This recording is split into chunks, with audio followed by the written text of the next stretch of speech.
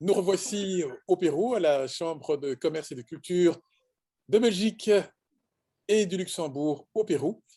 Et nous avons le grand plaisir d'accueillir aujourd'hui Will Lefebvre, que ceux qui nous suivent connaissent déjà, immense personne en matière de littérature, de livres, d'auteurs et d'éditeurs.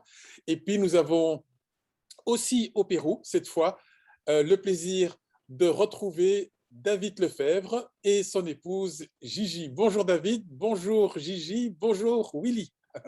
Bonjour Guy, Bonjour bonjour Guy. Gigi, bonjour David. Bonjour Willy, bonjour tout. Bonjour papa. Mais content de vous retrouver, content de vous retrouver. Mais nous aussi, voilà. Bien, Comment on allez-vous? va vous présenter tout de suite. Est-ce que vous pouvez d'abord vous situer en disant vos nationalités respectives? Où êtes-vous chacun? Voilà, Willy Lefebvre, j'habite Ixelles en Belgique, donc c'est la capitale à Bruxelles.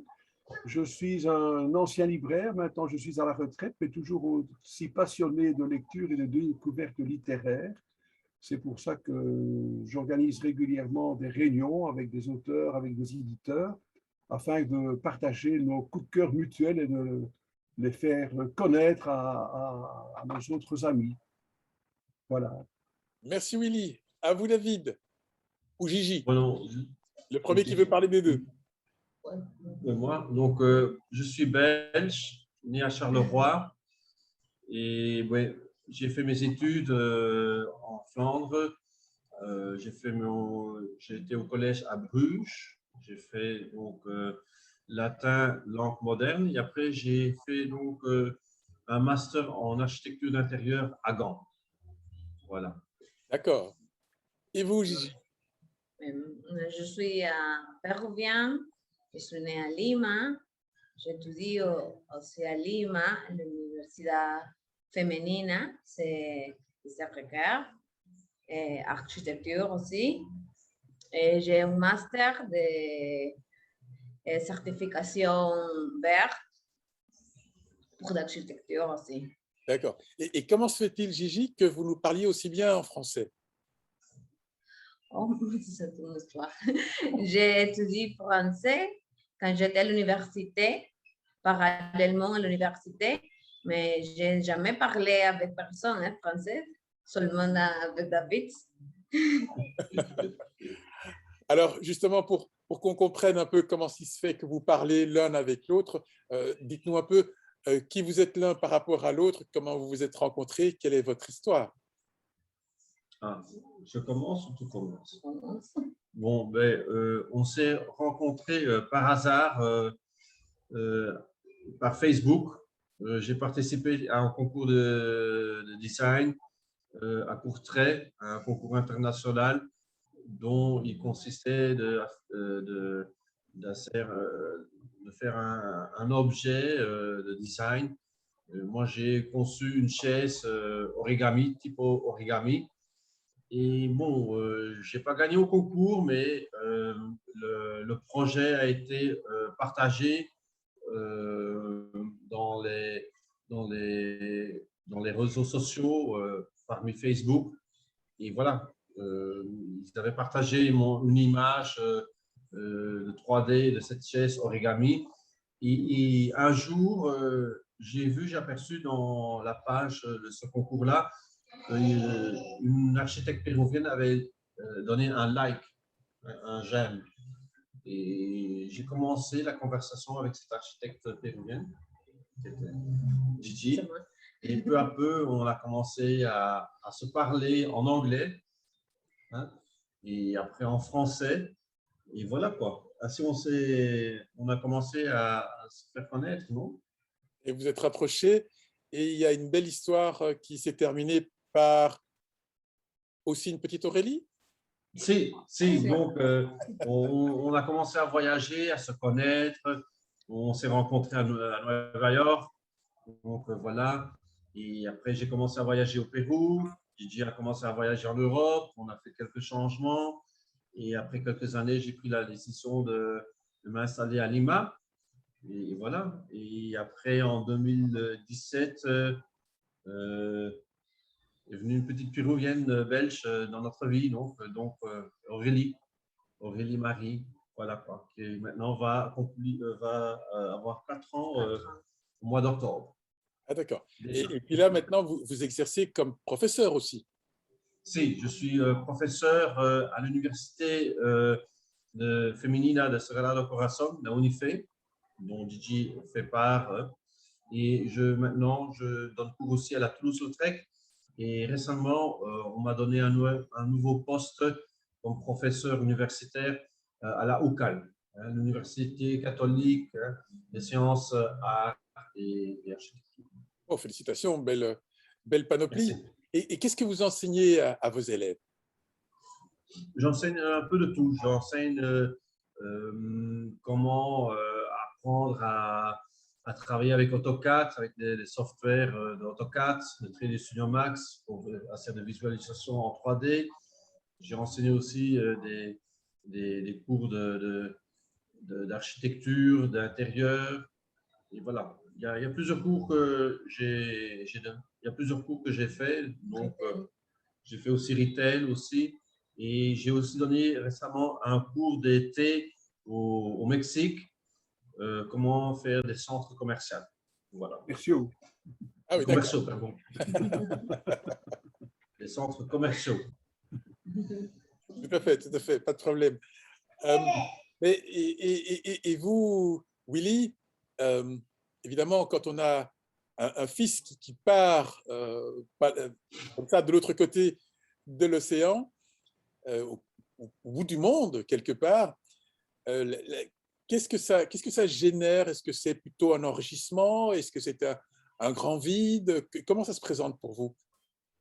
Bon, David est resté à la maison avec sa maman très tard. Donc, c'est-à-dire qu'il se plaisait, il s'était organisé justement dans son activité commerciale, je vais dire, à Knock. Donc, on s'était habitué à le voir, à rester à la maison. Il sortait très peu, il avait quelques amis, mais disons, il était très, très casanier. Et évidemment, ça a été la surprise. Bon, quand il a pris un peu son envol, qu'il est allé une première fois, je pense, il est allé en vacances seul en Espagne. Puis alors, il a parlé d'un voyage à New York. Et puis, il a parlé d'un voyage au Pérou. Donc, l'oiseau était sorti de son nid, mais n'était pas resté au pied du nid, il était parti, je vais dire, porté par les vents, je vais dire comme ça. Or, quand il a décidé de s'installer au Pérou, évidemment, on était déjà les 2 pieds dans l'air des réseaux sociaux, ce qui nous permettait évidemment de garder un contact visuel et de pouvoir s'échanger encore et de garder, je veux dire, des relations de cette façon-là. Puis moi-même, personnellement, j'ai été à la naissance de la petite, j'ai été au mariage des enfants, j'ai assisté à toute cette festivité-là. Donc, c'est vrai que j'ai découvert un très beau pays et que j'ai encore, je veux dire, admiré dans les dernières semaines, suite au dernier voyage qu'ils viennent de faire, où j'ai rencontré toute une région et tout un parc dans les Cordillères qui est de toute beauté, qui me donne évidemment une grande envie d'aller découvrir la région ou le pays ou le continent où ils habitent pour le moment. Donc, quelque part, c'est un petit peu aussi un appel au voyage, appel à la découverte. C'est aussi une nouvelle aventure que de… Un petit détail, ce n'est pas le petit oiseau qui est sorti du nid, mais un condor qui s'est envolé au Pérou. D'accord.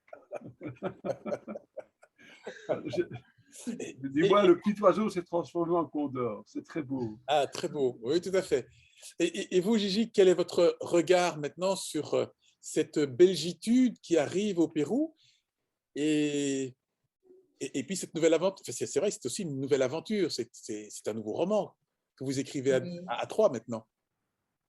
Oui, c'est une aventure pour David qu'il a revenu au Pérou depuis combien de temps? 5 ans maintenant. 5 ans. Quasi 5 ans, si. Oui. Et je ne sais pas comment c'est pour vous. Non, mais ton aventure belge, que tu connais la Belgique, comment tu… Pour moi, oui.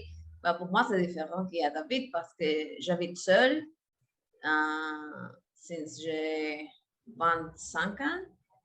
Oui. J'ai voyagé pour travail en Latine-Amérique, c'est en Colombie, à Chili, pour aller à New York. Tu connais David? Oui, c'est une expérience différente. Ah, vous vous étiez donné rendez-vous alors à un moment? C'est quoi? C'était la première fois que vous vous rencontriez quand vous êtes partis à New York? Vous avez parlé tous les deux de New York? Non, c'était la première fois. C'est la première fois que j'étais les États-Unis. Oui, pour elle, c'était la première fois. Pour moi, c'était la seconde fois. Et après, son aventure belge a commencé au mois d'août. Nous, on a fêté ton anniversaire Pour au mon mois d'août anniversaire, en oui. Belgique, non? Oui, oui. J'ai arrivé à Espagne. En Espagne. En Espagne. Et nous faisons une traverse. On a fait un voyage. un voyage Madrid, Barcelone. Et après de Barcelone, on a été à Bruxelles. À Bruxelles. Et il a commencé son voyage sur Finalement, l'expérience belge, non? Oui. Et c'est très différent, hein? Très différent que Pérou. C'est une expérience totalement, c'est une bonne expérience. Je pense que Belgique, c'est un pays très organisé et c'est calme, hein? Parce que Pérou, c'est autre chose.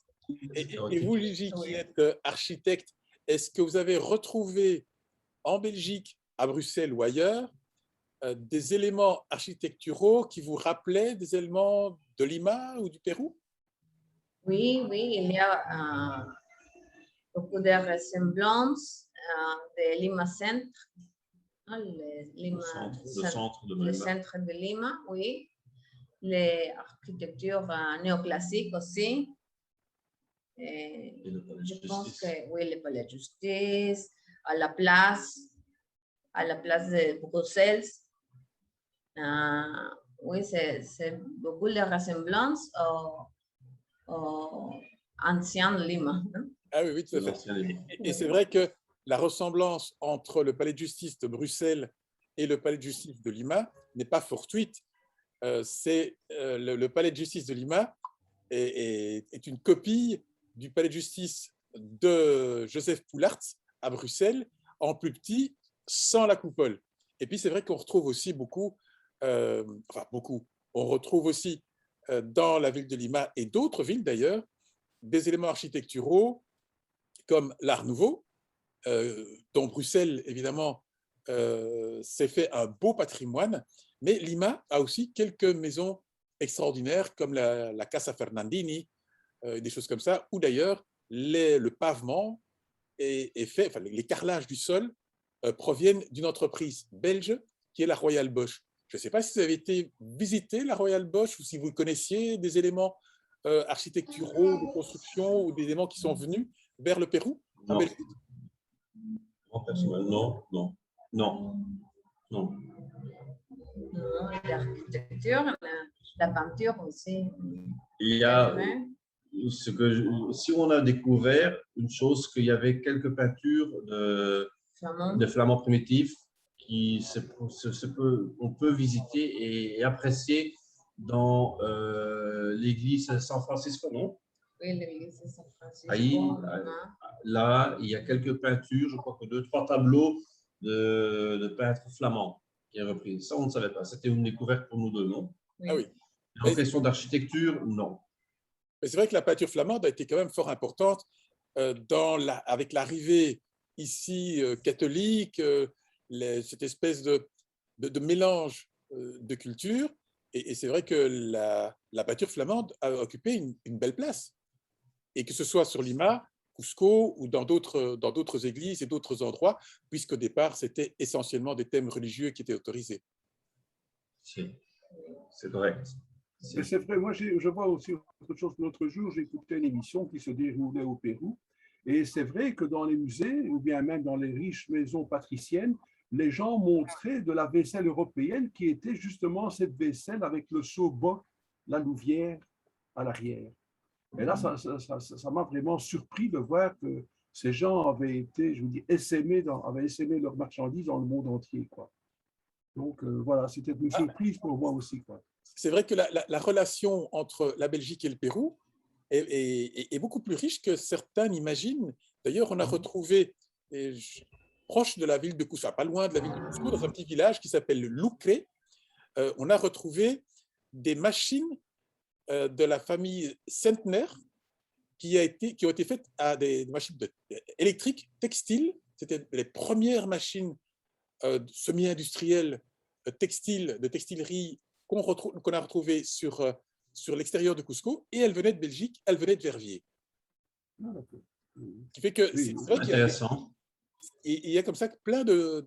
Donc, on retrouve la maison Fernandini, on retrouve le palais de justice, on retrouve là-bas des éléments textiles. Et puis, on a entendu aussi le professeur Eduardo Dargent qui nous disait que quelque part, la profession que vous occupez actuellement est celle qui a apporté le plus de choses au Pérou dans la relation entre le Pérou et la Belgique, en disant que les professeurs, les maîtres belges étaient ceux qui avaient apporté par rapport à pratiquement tous les autres pays d'Europe le plus dans ce domaine. Sachant que, par exemple, l'école de Jean Blou en agriculture était à la base de la fameuse université agraire de la Molina, sans parler aussi de Ricardo Palma avec Vera Allemand et d'autres éléments de ce style-là. Et donc maintenant, vous êtes aussi un élément central dans le professorat et de cette relation belgo-péruvienne. C'est certes. Bon, j'espère que peut-être, hein, on ne sait pas. Moi, je donne cours à des élèves et toujours je fais référence à la Belgique, à des architectes contemporains que je connais, ou aussi des architectes amis que je connais personnellement. Donc, j'essaie toujours de donner cette information à mes élèves, donc, et qu'ils peuvent analyser aussi. Et bon, et j'espère qu'un jour ça va servir et qu'ils vont mettre un peu de fraîcheur dans leur style péruvien, non? Oui, je trouve c'est très important que David il partageait avec des étudiants, avec la culture de design, Le design. oui, la culture de design de Belgique au Pérou. C'est une relation d'images, ¿no? Beaucoup d'images, d'architecture, de culture de Belgique au Pérou. Il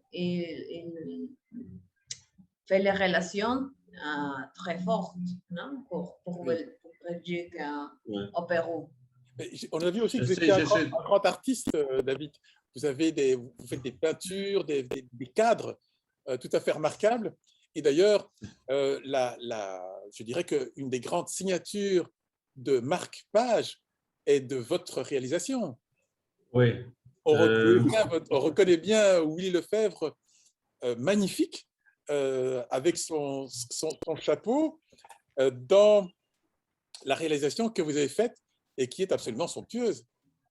Il faut dire que bon, mon père a travaillé dans les relations publiques et il avait aussi une entreprise de relations publiques où il proposait à des entreprises des objets de publicité, dont des parapluies.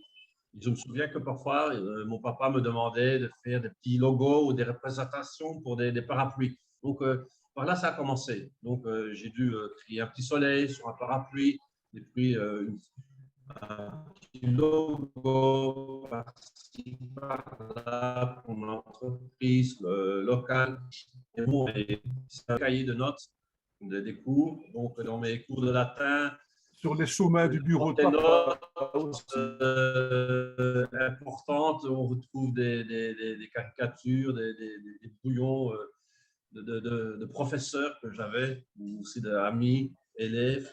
Et voilà, j'ai eu toujours cette passion pour le dessin. Et bon, j'ai pu combiner ça avec mes études d'architecture. Et voilà, quoi. Donc maintenant, je fais quelques affiches à gauche, à droite. Et j'ai fait aussi donc ce t-shirt-là pour mon papa, quoi. Oh, il sert bien, il sert beaucoup. Tous les jours, il est mis en avant pour toutes les publications littéraires que je fais. Il y a toujours un logo marque-page qui apparaît sur les cartes de visite aussi. Ah oui, je crois que c'est un des Peut-être que je premiers. devrais faire un pour Guy. Oui, c'est vrai. Non, merci. Ce serait avec énorme Oui. plaisir.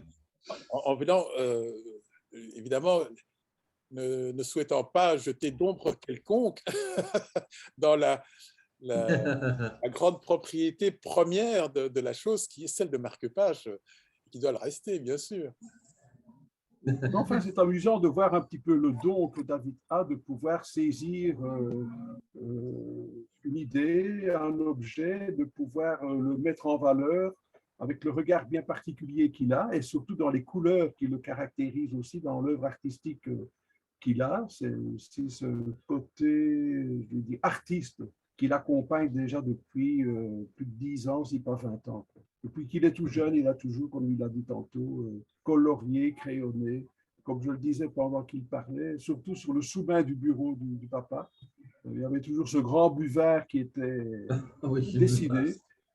Ou alors, bon, dès que je le retournais, il recommençait. Quand j'allais acheter un nouveau buvard à la papeterie, que je pouvais être sûr qu'au premier coup de fil, où c'est lui qui prenait l'appel téléphonique, je retrouvais ce buvard à nouveau caricaturé par 36 000 figurines. Ben voilà. Donc, ça ne m'étonne pas lorsqu'il met un nouveau mur à la disposition de sa petite fille, qu'elle se mette à crayonner à son tour, elle aussi. Là, ça m'a réjoui, ça m'a fait. Voilà. Et y aurait-il une filiation, que dis-je, une pluie de filiation Oui, entre Willy et David, sachant qu'il y a probablement des talents qui sont passés de papa à garçon, de père en fils, de fils en père, peut-être aussi? Bon, mais disons, David a fait allusion tantôt un petit peu dans tout mon travail, j'ai toujours été, je vais dire, pointilleux dans la façon de faire. Comme il a souligné tantôt, quand on devait, pour cette partie d'activité qui était la création de parapluies, mais c'est surtout la création des logos, où on a fait ça, non pas avec des machines sophistiquées, mais des découpages vraiment d'une façon très préhistorique. Donc, j'ai vu aussi que dans son activité de création de maquettes, quand il s'est mis à faire des études d'architecture, qu'il était aussi, je veux dire, très pointilleux et que le temps, il oubliait de le mesurer et qu'il partait dans une fuite de temps et dans un dérapage incroyable où il était pas rare de voir qu'il était 3h, 3h30 ou 4h du matin et qu'il était encore en train de contempler une maquette dont il devait encore prendre les photos et vite filer pour les faire imprimer sur papier pour 9h ou 10h du matin, quoi. Donc, c'est vrai que la recherche, je veux dire, du détail qui caractérise David aussi. Oh, c'est un beau compliment. Et donc, David, puisque vous faites, il y a une partie qui est beaucoup d'architecture d'intérieur. Et est-ce qu'il y a des points de convergence entre votre épouse et vous? Est-ce que vous travaillez parfois certaines choses ensemble ou bien vous avez chacun votre voie? Disons qu'on a des choses en commun sur le point de design d'intérieur, aussi de mode. Si, il y a des points de convergence. J'ai tout de suite vu avec DJ qu'on on se parlait, qu'on avait des points en commun de mode. Elle aime bien Tom Ford, j'aime bien aussi Tom Ford ou Karl Lagerfeld, ces choses-là. Et en point d'architecture, on avait aussi un peu les mêmes goûts, quoi. Donc, c'était un clic rapide. Une classe aussi, hein? Une classe? On peut faire une classe à l'université ensemble. Ah oui, on a fait aussi une classe, on a donné cours ensemble aussi au Mexique, sur les centres commerciaux. Et voilà quoi. Donc, si on fait des choses ensemble, en relation avec l'architecture ou l'architecture d'intérieur, ou le design. Même ici, l'appartement, on l'a décoré ensemble avec des aimants que DJ avait déjà. et avec des objets qu'on a achetés ensemble, qu'on a recrutés, scrutés. Et voilà quoi. Donc, c'est J'aime beaucoup des arcs de David aussi. donc, on met aussi des tableaux, des cadres. Oui. Et voilà quoi. Mais la décoration, c'est toujours une aventure avec Gigi, quoi. Donc, il y a toujours une conversation, une, une recherche à faire et on discute. Combiner des styles. Oui, et on combine des styles, quoi. Voilà quoi. Et c'est quelque chose de merveilleux. Et dans votre projection de vie, est-ce que vous vous imaginez faire toute votre vie au Pérou, en Belgique, ailleurs, balancer entre différents endroits? Quelle est votre projection? Maintenant, je crois qu'on est bien installé au Pérou.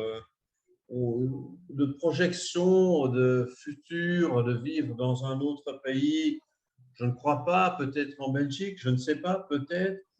Il y a possibilité. Hein, Pedro? il y a la possibilité d'aller au Belgique aussi.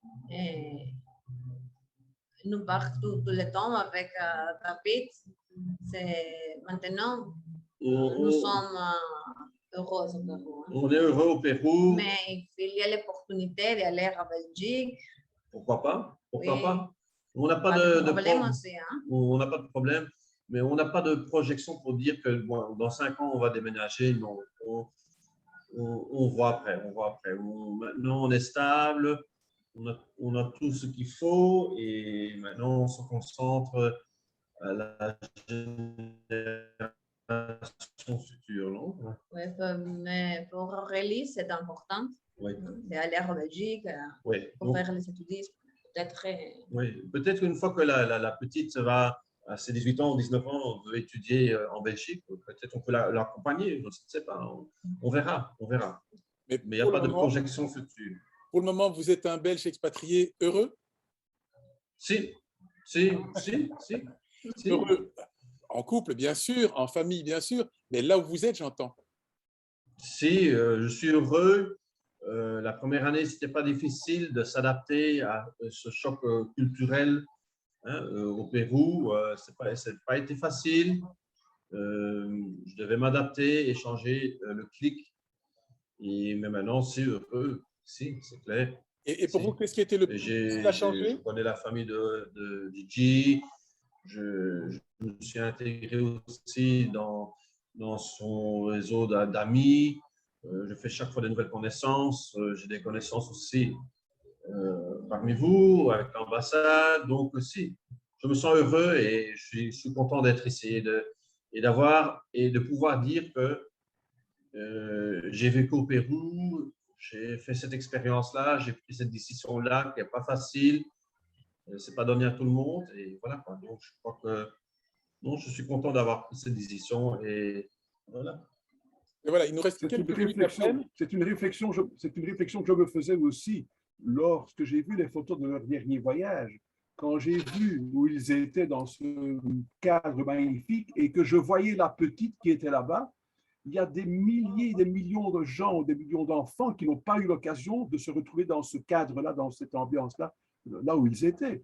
Donc, je trouve qu'ils sont dans un pays merveilleux. Ils ont, je vais dire, l'occasion de pouvoir décliner leur art de mille et une façons, qu'en Europe, ce ne sera pas la même, avec la même facilité, quoi. Donc, je crois qu'ils profitent le plus longtemps possible des beautés du pays qui les a si bien accueillis. Il faut dire aussi que Huascarán, maintenant je vais dire à mon père, Huascarán, c'est qu'à 300 km de Lima. Oui. Donc, on va en voiture 300 km, on se retrouve dans un décor différent, totalement différent. Donc, ça, c'est le plus beau au Pérou, non? Donc, oui, mais on vit à la côte, mais... Oui. Mais encore une fois, vous avez, je veux dire, eu le privilège d'y aller, parce que je peux dire que c'est un privilège. Il n'y avait pas grand monde. Hein, ici, quand tu vas dans un site touristique en Europe, mais c'est une fourmilière, il y a des gens partout, quoi. Donc, c'est ça que je veux dire. Vous êtes même si ce n'est pas loin de la capitale, vous êtes dans un endroit magique où il n'y a pas beaucoup de gens, quoi. Et ça, c'est extraordinaire. C'est encore pur, quoi. C'est peut-être dû à l'altitude aussi. Ah ben voilà. Ah, c'est vrai que le Pérou regorge de merveilles. Hein, ça fait quand même, on peut mettre 42 Belgiques dedans. Et la Belgique est un superbe pays. Mais imaginez tout ce qu'on peut alors, si on peut la démultiplier par 42 fois, c'est quand même quelque chose d'assez extraordinaire. En tous les cas, dans l'élément, parce qu'il nous reste quelques minutes à peine, vous nous avez dit que vous avez dû vous adapter à une petite chose. C'était quoi exactement? Il y a un élément, vous avez dû changer le chip. Changer le chip, bon, c'est de ne pas s'énerver et de se frustrer sur le rythme de vie à Lima, quoi. Donc, hein, ici, les gens sont différents, sont un peu plus à l'aise à certains moments, mais le stress de prendre le train, le trafic, c'est autre chose, quoi. Hein. Donc, ici, il y a un thème de trafic important. Il y a des embouteillages chaque jour. À Lima, il y a quand même 11 000 habitants à Lima, donc c'est déjà quelque chose. Donc, la frustration du trafic, ça, j'ai dû laisser au côté. Donc maintenant, je m'énerve moins et j'ai appris à rester calme. Je vois beaucoup d'amis aussi. Il y a beaucoup de personnes à Lima, je vois beaucoup d'amis maintenant. Oui, maintenant j'ai beaucoup d'amis à Lima, et aussi quelques Belges. Hein, on rencontre parfois des Belges voyageurs, globetrotters qu'on connaît. Et voilà, quoi. C'est toujours amusant de rencontrer des nouvelles personnes quoi, qui font leur passage à Lima. En tout cas, grand merci de nous avoir. Pour les amis qui parlent français aussi. Ah ouais. Ah oui, en tout cas, grand merci de nous avoir reçus parce que là, le temps qui nous est imparti se termine. En tout cas, grand merci de cet échange. À vous, Gigi, à vous, David, à vous. Merci pour l'invitation. Merci, Guy. Merci, papa. Peut-être la prochaine fois. Si, c'est certes. Oui. Si, en live peut-être, hein, qui sait. Peut-être en live. Et si on en fait la suivante, on peut peut-être la faire aussi en castellano, en espagnol. Ah, c'est claro que sí. Va a ser un poco difícil para mi papá.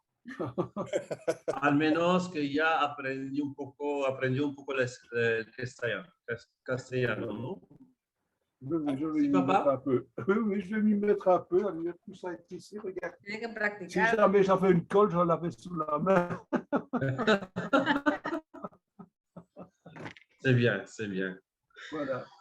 Bon, ben voilà, quoi. Merci beaucoup pour l'interview. Je suis très content que Guy ait réalisé cette rencontre à nouveau, parce qu'encore une fois, c'est l'occasion de pouvoir discuter de l'une chose et l'autre, qu'on n'aurait pas l'occasion de le faire si on est vraiment rien qu'à 2 ou qu'à 3.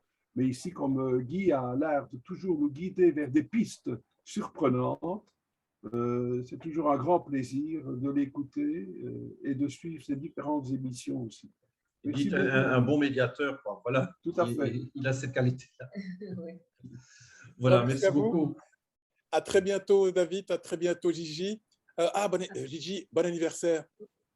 Ah, merci. Oui, voilà. Merci beaucoup, oui. Voilà, bon anniversaire encore une fois. Voilà, feliz cumpleaños. Et on n'a pas vu bébé. Ici. Hasta luego. Et on n'a pas vu bébé. Hasta luego. Hasta luego, muchas gracias. Ciao, ciao. Voilà. Cuídense. Ouais.